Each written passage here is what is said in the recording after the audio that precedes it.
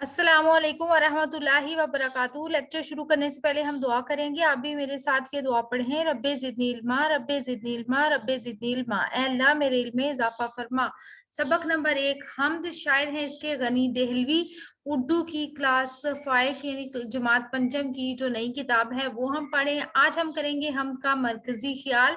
अगर आपको हमारे लेक्चर या हमारी वीडियोस पसंद आ रही है तो हमारे चैनल को सब्सक्राइब कर दें और हमारी वीडियोस को लाइक और शेयर करें।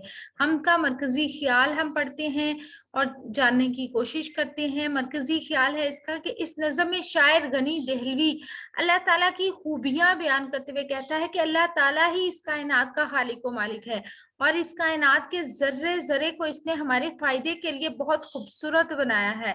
इस दुनिया की हर शय से इसकी हिकमत और कारीगरी झलकती है। अल्लाह ताला ही वो वाहिद जात है जिसने इस कायनात के जर्रे जर्रे को तख्लीक किया है। हमें अल्लाह ताला की हम्दो सना करके इसकी दी हुई नेमतों का शुक्र अदा करना चाहिए।